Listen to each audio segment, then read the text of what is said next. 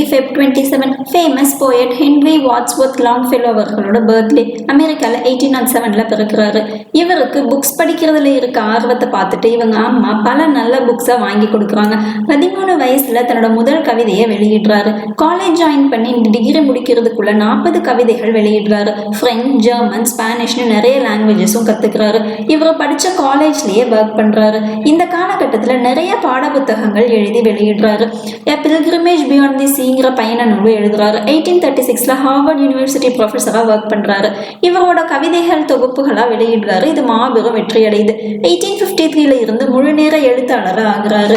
இவரோட மனைவி ஒரு தீ விபத்துல மாட்டிக்கிறாங்க. அவங்கள காப்பாற்ற போன இவருக்கு முகத்துல பலத்த காயம் ஏற்படுது. அதனால நீண்ட தாடி வளர்த்துக்கிறாரு.